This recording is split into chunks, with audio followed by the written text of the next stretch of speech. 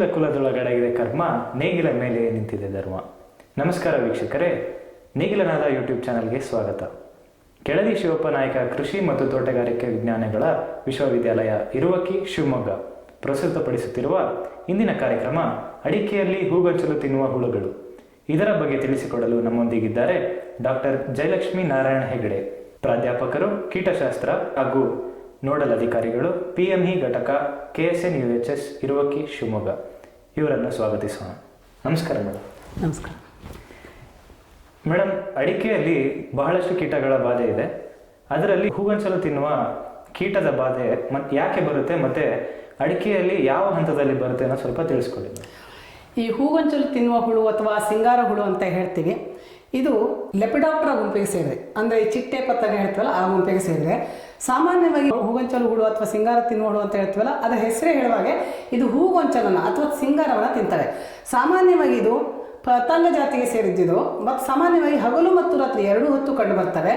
ಈ ಒಂದು ಕೀಟಗಳು ನಮ್ಮ ಅಡಿಕೆಯಲ್ಲಿ ಹಲವಾರು ಕೀಟಗಳನ್ನು ನಮ್ಮ ಅಡಿಕೆಯಲ್ಲಿ ಬಾಧಿಸ್ತವೆ. ಬಟ್ ಹೂಗೊಂಚಲು ತಿನ್ನುವ ಹುಳು ಅಥವಾ ಸಿಂಗಾರ ತಿನ್ನುವ ಹುಳು ಡೈರೆಕ್ಟ್ ಆಗಿ ಸಿಂಗಾರವನ್ನೇ ತಿನ್ನೋದ್ರಿಂದ ಅಡಿಕೆಗೆ ಅತ್ಯಂತ ಹಾನಿ, ಅಂದ್ರೆ ಇಳುವರಿಯಲ್ಲಿ ಅತ್ಯಂತ ಹಾನಿಯನ್ನು ಉಂಟು ಮಾಡ್ತವೆ. ಇದು ಸಾಮಾನ್ಯವಾಗಿ ಈ ಹುಳುಗಳು ಏನು ಅಂತ ಮಾಡ್ತವೆ ಅಂದ್ರೆ ಕರ್ನಾಟಕ ಮತ್ತು ಕೇರಳದಲ್ಲಿ ಸಾಮಾನ್ಯವಾಗಿ ಹೆಚ್ಚಾಗಿ ಕಂಡು ಬರ್ತವೆ. ಹೂಗೊಂಚಲನ್ನ ತಿನ್ನೋದ್ರಿಂದ ಅಥವಾ ಸಿಂಗಾರನ್ನ ತಿನ್ನೋದ್ರಿಂದ ಇದಕ್ಕೆ ಹೂಗೊಂಚಲು ಹುಳು ಅಂತ ಹೇಳ್ತೀವಿ. ಮೇಡಮ್, ಬೇರೆ ಬೇರೆ ಕೀಟಗಳ ಮಧ್ಯೆ ಈ ಹೂಗೊಂಚಲು ತಿನ್ನುವ ಕೀಟವನ್ನು ನಾವು ಪತ್ತೆ ಮಾಡೋದು ಹೇಗೆ ಅಂತ ಹೇಳಿ. ಈ ಹೂಗೊಂಚಲು ತಿನ್ನುವ ಹುಳು ನಾನು ಈಗಾಗಲೇ ಹೇಳ್ದಂಗೆ ಇದು ಒಂದು ಪತಂಗ ಜಾತಿಗೆ ಸೇರಿದ್ದು. ಈ ಪತಂಗಗಳು ಸಾಮಾನ್ಯ ಬೂದು ಬಣ್ಣದಿರ್ತವೆ, ಸಾಮಾನ್ಯವಾಗಿ ಬೂದು ಬಣ್ಣದಿರ್ತವೆ. ಮತ್ತು ಹುಳುಗಳು ಹೇಗಿರ್ತವೆ ಅಂದರೆ ಸಾಮಾನ್ಯ ಮಾಸಲು ಹಳದಿ ಬಣ್ಣ ಅಥವಾ ಬೂದು ಬಣ್ಣದಿರ್ತವೆ. ಇದು ಪತಂಗ ಜಾತಿಗೆ ಸೇರಿದ್ದು. ಇದು ಏನು ಮಾಡ್ತವೆ ಅಂದರೆ ಈ ಕೀಟ ಇರುವಿಕೆಯನ್ನು ಹೆಂಗೆ ಪತ್ತೆ ಮಾಡ್ಬೋದು ಅಂದರೆ ರೈತರು ಈ ಸಿಂಗಾರ ಏನಿರುತ್ತಲ್ಲ, ಸಿಂಗಾರ ಎಲ್ಲ ಒಂಥರ ಮುದ್ದೆಯಾಗಿರ್ತವೆ, ಸಿಂಗಾರದಲ್ಲಿ ಒಂದು ಕಂದು ಬಣ್ಣ ಇರ್ತವೆ, ಸಿಂಗಾರ ಒಣಗದಾಗಿರ್ತವೆ. ಆಗ ರೈತರು ಇದಕ್ಕೆ ಹೂಗೊಂಚಲು ತಿನ್ನೋ ಹುಳ ಬಂದಿದೆ ಅಥವಾ ಸಿಂಗಾರ ತಿನ್ನೋ ಹುಳ ಬಂದಿದೆ ಅಂತ ಪತ್ತೆ ಹಚ್ಚಬಹುದು. ಮೇಡಮ್, ಅಡಿಕೆಯಲ್ಲಿ ಬರುವ ಹೂಗೊಂಚಲು ತಿನ್ನುವ ಹುಳುಗಳ ಜೀವನ ಚಕ್ರ ಹೇಗಿರುತ್ತೆ ಅಂತ ಸ್ವಲ್ಪ ತಿಳಿಸ್ಕೊಡಿ. ಈ ಹೂಗೊಂಚಲು ತಿನ್ನುವ ಹುಳು ಅಥವಾ ಸಿಂಗಾರ ಹುಳು ಅಂತ ಹೇಳ್ತೀವಲ್ಲ, ಈ ಹುಳು ಪತಂಗ ಜಾತಿಗೆ ಸೇರಿರೋದು. ಅದಕ್ಕೆ ಮೊಟ್ಟೆ, ಮರಿ, ಕೋಶ, ಚಿಟ್ಟೆ ಅಂತ 4 ಹಂತಗಳಿದ್ದಾವೆ. ಈ ಮೊಟ್ಟೆಗಳನ್ನು ಏನು ಮಾಡ್ತವೆ ಅಂದ್ರೆ ಅವು ಎಲೆಗಳ ಅಡಿಯಲ್ಲಿ ಅಥವಾ ಸಿಂಗಾರ ಅಥವಾ ಹೂಗೊಂಚಲಿನಲ್ಲಿ ಗುಂಪುಗಳಲ್ಲಿ ಒಂದು 23ರಿಂದ 25 ಗುಂಪುಗಳಲ್ಲಿ ಮೊಟ್ಟೆಯನ್ನು ಇಡ್ತವೆ. ಆ ಮೊಟ್ಟೆಯಿಂದ ಏನು ಮಾಡ್ತವೆ ಅಂದರೆ ಒಂದು 7ರಿಂದ 9 ಅಥವಾ 10 ದಿವಸದಲ್ಲಿ ಮರಿ ಹುಳು ಹೊರಗಡೆ ಬರ್ತವೆ. ಮರಿ ಹುಳು ಹೊರಗಡೆ ಬಂದು ಏನು ಮಾಡ್ತವೆ ಅಂದರೆ ಈ ಸಿಂಗಾರ ಅಥವಾ ಹೂಗೊಂಚಲನ್ನ ತೂತ ಮಾಡಿ, ಅಂದರೆ ಸುರಂಗ ಥರ ಕೊರೆದು ಅದನ್ನು ತಿಂತವೆ. ಆ ಸುರಂಗ ಥರ ಕೊರೆಯುವಾಗ ಏನು ಮಾಡ್ತವೆ ಅಂದರೆ ಒಂಥರ ಬಲೆಗಳನ್ನು, ಜಾಡ ಅಂತ ಹೇಳ್ತೀವಲ್ಲ, ಆ ಬಲೆಗಳನ್ನು ಅದು ನಿರ್ಮಾಣ ಮಾಡ್ಕೊಳ್ತವೆ. ಆ ಬಲೆಗಳಲ್ಲಿ ಸೇರಿಕೊಂಡು ಆ ಸಿಂಗಾರದಲ್ಲಿ ತೂತು ಮಾಡಿ ಅದನ್ನು ಎಲ್ಲ ಕಡೆ ತೂತು ಮಾಡಿ ತಿನ್ನಕ್ಕೆ ಪ್ರಾರಂಭ ಮಾಡ್ತವೆ. 20ರಿಂದ 26 ದಿವಸ ಈ ಒಂದು ಹುಳುಗಳು ಆ ಒಂದು ಸಿಂಗಾರವನ್ನು ತಿಂತಾನೆ ಇರ್ತವೆ. 26 ದಿನ ಆದಮೇಲೆ ಕೋಶಾವಸ್ಥೆಯನ್ನು ಹೊಂದ್ತವೆ. ಆ ಕೋಶಾವಸ್ಥೆಯನ್ನು ಅಲ್ಲಿ ಸಿಂಗಾರದಲ್ಲಿ ಏನದು ಗ್ಯಾಲರಿ ಅಂತ ಮಾಡಿರ್ತಾರೆ ಅಥವಾ ಸುರಂಗ ಅಂತ ಮಾಡಿರ್ತಾರಲ್ಲ, ಆ ಗ್ಯಾಲರಿಯಲ್ಲಿ ಕೋಶಾವಸ್ಥೆಯನ್ನು ಹೊಂದ್ತವೆ. ಒಂದು 7ರಿಂದ 9 ಅಥವಾ 10 ದಿವಸದಲ್ಲಿ ಈ ಕೋಶದಿಂದ ಪತಂಗಗಳು ಹೊರಗಡೆ ಬರ್ತವೆ.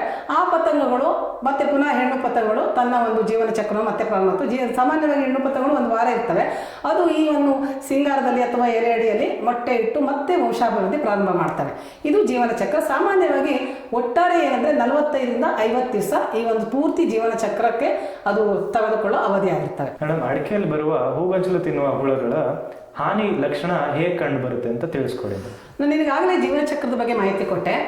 ಏನು ಮೊಟ್ಟೆಯಿಂದ ಹೊರಗಡೆ ಮರಿ ಬರ್ತಾವೋ ಆ ಮರಿ ಹುಳುಗಳು ಏನು ಮಾಡ್ತವೆ ಅಂದರೆ ಈ ಸಾಮಾನ್ಯ ಮರಿ ಹುಳುಗಳ ಪತ್ತೆ ಹಚ್ಚೋದು ಹೇಗೆ ಅಂದರೆ ಅವು ಸ್ವಲ್ಪ ಮಾಸಲು ಬೂದು ಬಣ್ಣ ಅಥವಾ ಹಳದಿ ಬಣ್ಣ ಇರ್ತವೆ. ಈ ಹುಳುಗಳು ಏನು ಮಾಡ್ತವೆ ಅಂದರೆ ಸಿಂಗಾರ ಅಥವಾ ಹೂಗೊಂಚಲನ್ನ ತೂತು ಮಾಡಿ ಜಾಡವನ್ನು ನೇಯ್ದು ತೂತು ಮಾಡಿ ಅದನ್ನು ತಿನ್ನಕ್ಕೆ ಪ್ರಾರಂಭ ಮಾಡ್ತವೆ. ಹೂಗೊಂಚಲಲ್ಲೆಲ್ಲ ಸುರಂಗ ಒಂದು ಕಂಡು ಬರ್ತವೆ. ಕ್ರಮೇಣವಾಗಿ ಒಂದು 25ರಿಂದ 26 ದಿವಸ ಇದನ್ನು ಒಂದು ಹಾನಿಯನ್ನು ಕಂಟಿನ್ಯೂ ಮಾಡ್ತವೆ. ಆದರೆ ಈ ಬಾಧೆಗೊಳಗಾದ ಹೂಗೊಂಚಲುಗಳು ಅಥವಾ ಈ ಸಿಂಗಾರ ಏನಾಗ್ತವೆ ಅಂದರೆ ಹಳದಿ ಬಣ್ಣ ಬದಲಾವಣೆ ಆಗ್ತವೆ. ಕ್ರಮೇಣವಾಗಿ ಸಿಂಗಾರ ಎಲ್ಲ ಆರೋಗ್ಯಕರವಾಗಿರಲ್ಲ, ಏನಾಗುತ್ತೆ ಮುದ್ದೆ ಆಗಿಬಿಡ್ತವೆ, ಪೂರ್ತಿ ಮುದ್ದೆ ಕಟ್ಕೊಳ್ಳುತ್ತೆ, ಮತ್ತು ಒಂಥರ ಕಂದು ಬಣ್ಣ ತಗುತ್ತೆ ಪೂರ್ತಿ ಸಿಂಗಾರ. ಕ್ರಮೇಣವಾಗಿ ಏನಾಗುತ್ತೆ ಅಂದರೆ ನೀವು ಬಾಧೆ ಜಾಸ್ತಿ ಆಯಿತು ಅಂತಾದರೆ ಆ ಸಿಂಗಾರದ ಅಡಿಯಲ್ಲಿ ಒಂಥರ ಅಂಟು ದ್ರವ ಸೋರ್ತಾ ಇರ್ತವೆ. ಇದು ಒಂದು ಹೂಗೊಂಚಲು ತಿನ್ನುವ ಹುಳದ ಒಂದು ಹಾನಿ. ಈ ಒಂದು ರೈತರು ಮುದ್ದೆ ಆಗಿರುವ ಸಿಂಗಾರ ಅಥವಾ ಹೂಗೊಂಚಲು ನೋಡಿದ ತಕ್ಷಣ ಹೂಗೊಂಚಲು ಹುಳದ ಬಾಧೆ ಇದೆ ಅಂತ ತಿಳ್ಕೊಂಡು ಅವರು ಅದಕ್ಕೆ ಏನು ನಿರ್ವಹಣೆ ಮಾಡಬೇಕು ಆ ಕ್ರಮನ ತಗೊಳ್ಕೋಬೇಕು. ಮೇಡಮ್, ಹೂಗೊಂಚಲು ತಿನ್ನುವ ಈ ಹುಳಗಳಿಗೆ ರೈತರು ಹತೋಟಿ ಕ್ರಮ ಅಥವಾ ನಿರ್ವಹಣೆ ಹೇಗೆ ಮಾಡಬೇಕು ಅನ್ನೋದು ಸ್ವಲ್ಪ ತಿಳಿಸ್ಕೊಡಿ. ಈ ನಮ್ಮ ರೈತರು ಯಾವುದೇ ಕೀಟ ಬಾಧೆ ಬಂತು ಅಂದ ತಕ್ಷಣ ಏನು ಮಾಡ್ತಾರೆ ಅಂದರೆ ಪೆಸ್ಟಿಸೈಡ್ ಅಂಗಡಿಗೆ ಹೋಗ್ಬಿಟ್ಟು ಇಂಥ ಹುಳ ಏನೋ ಹುಳ ಬಂದಿದೆ ಒಂಚೂರು ರಾಸಾಯನಿಕ ಕೊಡಿ ಅಂತ ಅಂದ್ಬಿಟ್ಟು ಏನೋ ಒಂದು ಕೀಟನಾಶಕ ತಂದು ಸಿಂಪಡಣೆ ಮಾಡ್ತಾರೆ. ಆದಷ್ಟು ಸಮಗ್ರ ಕೀಟ ನಿರ್ವಹಣೆ ಪದ್ಧತಿನ ಉಪಯೋಗಿಸ್ಕೋಬೇಕು.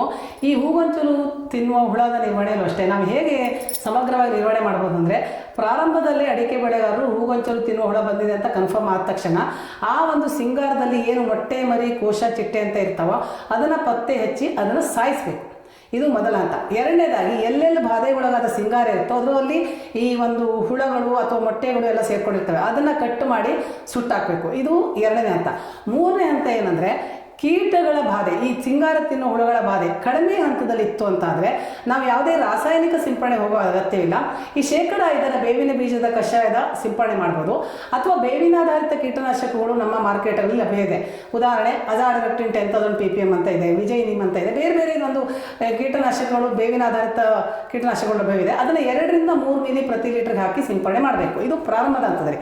ಅಕಸ್ಮಾತಾಗಿ ಕೀಟ ಬಾಧೆ ಜಾಸ್ತಿ ಆಯಿತು, ಸಿಂಗಾರ ತಿನ್ನೋ ಹುಳು ಅಥವಾ ಹೂಗೊಂಚಲು ತಿನ್ನೋ ಹುಳ ಬಾಧೆ ಜಾಸ್ತಿ ಆಯಿತು ಅಂದರೆ ಆಗ ಏನು ಮಾಡಬೇಕು ಅಂದರೆ, ರೈತರು ರಾಸಾಯನಿಕ ಕೀಟನಾಶಕನ ಸಿಂಪಡಣೆ ಮಾಡ್ಬೋದು. ಯಾವುದು ಅಂದರೆ ಕ್ಲೋರೋಫೈರಿಫಾಸ್ 20 EC ಅಥವಾ ಕ್ವಿನಾಲ್ಫಾಸ್ 25 EC ಅಂತ ಇದೆ. ಅದನ್ನು 2 ಮಿಲಿ ಪ್ರತಿ ಲೀಟರ್ ನೀರಿಗೆ ಹಾಕಿ ಸಿಂಪಡಣೆ ಮಾಡಬೇಕು. ಅಥವಾ 0.25 ಅಂದರೆ 1/4 ಗ್ರಾಮು ಥಯೋಮಿಥೋಕ್ಸಾಮ್ 25 ನ 1 ಲೀಟರ್ ನೀರಿಗೆ ಹಾಕಿ ಸಿಂಪಡಣೆ ಮಾಡಬೇಕು.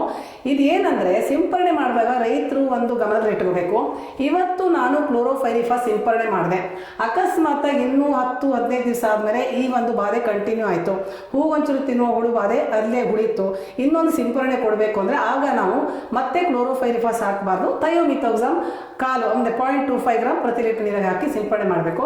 ಗಮನದಲ್ಲಿ ಇಟ್ಕೋಬೇಕು ಏನಂದರೆ, ಪ್ರತಿ ಸಿಂಪಡಣೆಗೂ ಒಂದೇ ರಾಸಾಯನಿಕನ ಸಿಂಪಡಣೆ ಮಾಡ್ದೇನೆ ಬದಲಿ ರಾಸಾಯನಿಕನ ಸಿಂಪಡಣೆ ಮಾಡಿ ಈ ಒಂದು ಕೀಟವನ್ನು ಸಮಗ್ರವಾಗಿ ಹತೋಟಿ ಮಾಡ್ಬೋದು.